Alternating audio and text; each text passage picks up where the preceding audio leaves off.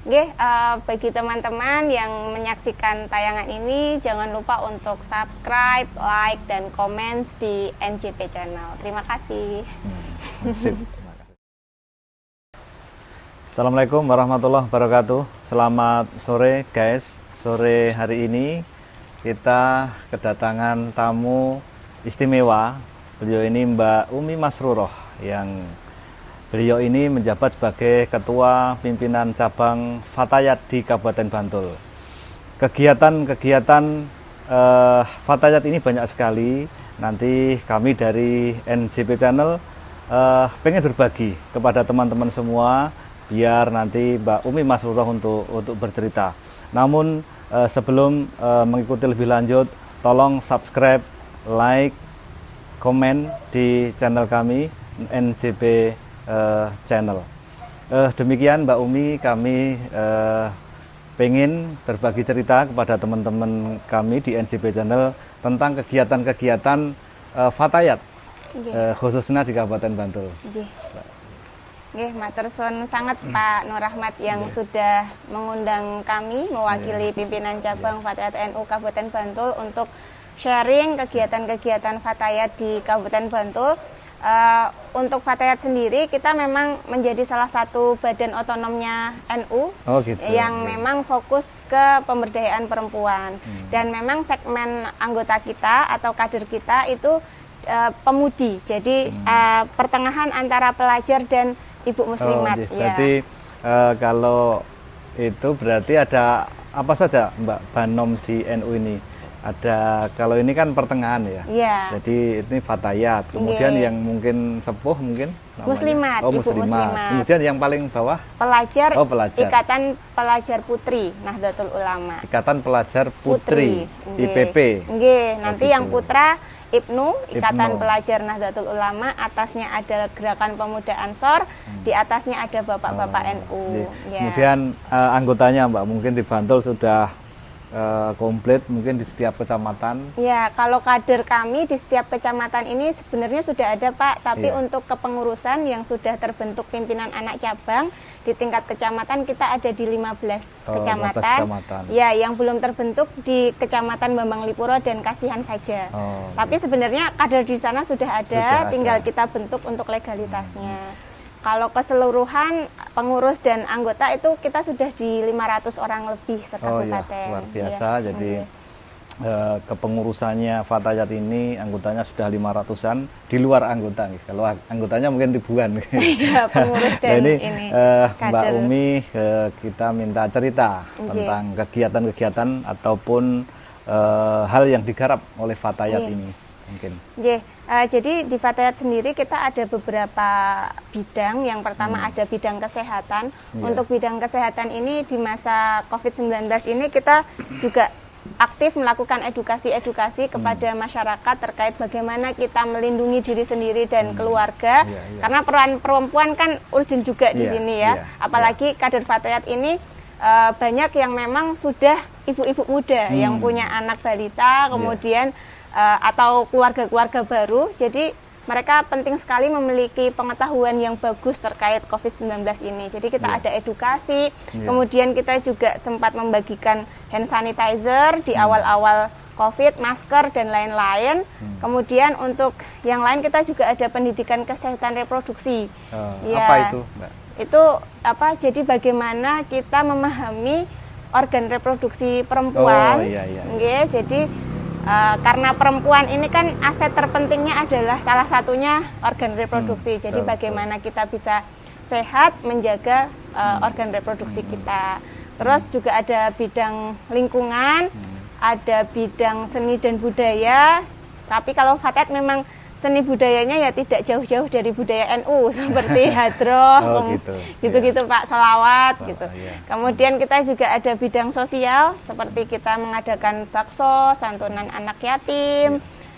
Kaitan seni budaya Mbak Umi itu ada mungkin grup-grup yang dibina mungkin atau ada terpantau. Kalau jumlahnya saya kira banyak, mungkin ada yang menonjol gitu. Iya, kalau di tiap PAC kita ada grup hadrohnya juga, Pak. Setiap PAC ada? Iya, setiap PAC itu mereka punya grup hadroh, grup sholawat gitu pasti ada. Karena memang budaya NU ini kan tidak bisa lepas dari budaya sholawat, jadi pasti ada.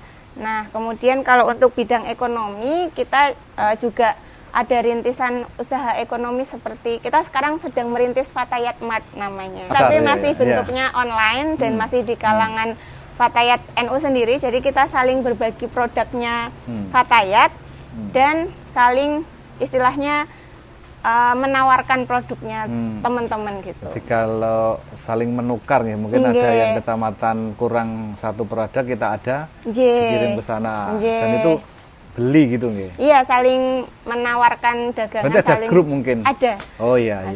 Ada grup Fatayat Mart namanya. Oh, Fatayat Mart. Iya. Isinya sebantul, nanti saling bertukar informasi tentang produk-produk yang dimiliki ataupun yang dibutuhkan. Gitu.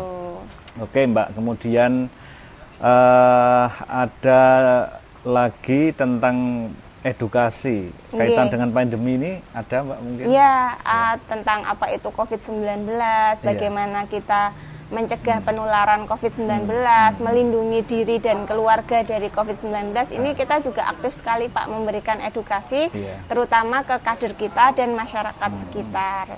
Terus kemudian karena ini organisasi Mbak, itu ada pertemuan rutin enggak? Ada Pak. Oh ya, setiap bulan mungkin? Ya, kita ada rapat rutin itu sebulan 1 kali. Setiap kecamatan atau sekabupaten? Kalau pengurus di tingkat kabupaten, kita pengurus di tingkat kabupaten. Biasanya mengundang PAC juga. Tapi untuk yang PAC itu juga mereka ada pertemuan sendiri di tingkat PAC, ada rapat koordinasi sendiri. Begitu. Kemudian yang Mbak, yang penting juga ini mungkin saya bertanya kepada Mbak Umi selaku Ketua Fatayat di Bantul, tapi terkait dengan pilkada. Namun karena ini organisasi keagamaan, jadi organisasi sayap ataupun Banom NU, biasanya itu tidak berpolitik, tetapi sebagai warga Indonesia, warga Bantul khususnya, tentunya tetap mempunyai hak pilih. Nah ini kami ingin mendengar dari Mbak Umi selaku Ketua Fatayat di Bantul tentang kriteria-kriteria apa yang akan direkomendasi untuk memilih utamanya di pilkada yang akan datang. Ada kriteria-kriteria yang bisa disosialisasikan kepada masyarakat umum tentang idealnya seorang pemimpin yang akan datang di Kabupaten Bantul. Mungkin bisa bercerita, Mbak. Iya, Pak. Di Fatayat sendiri kan kita sebenarnya juga punya bidang politik ya, Pak. Oh, ada bidang politik. Jadi kegiatannya salah satunya adalah memberikan pendidikan politik bagi perempuan. Bagaimana seorang perempuan itu juga harus punya independensi dalam proses politik gitu ya. Kita juga harus menyadari kita punya hak politik yang sama dengan laki-laki. Jangan sampai nanti pilihan kita ini diintervensi oleh pihak-pihak lain hanya karena kita perempuan gitu. Dan kecuali suaminya mungkin.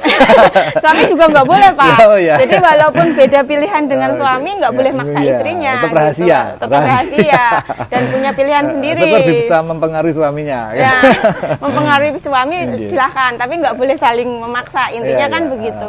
Dan sebagai perempuan kita juga harus cerdas ini memilih sosok pemimpin yang juga punya visi yang bagus terhadap kepentingan perempuan gitu kan. Nah, kalau di Fatayat sendiri memang kita tidak boleh berpolitik seperti itu, tapi tentunya kita juga harus menggunakan hak politik kita semaksimal mungkin, sebaik mungkin, dan kita juga harus berpartisipasi aktif dalam proses politik supaya pemimpin yang akan datang itu juga bisa memberikan dampak yang positif terhadap kita perempuan khususnya dan masyarakat di Bantul gitu kan.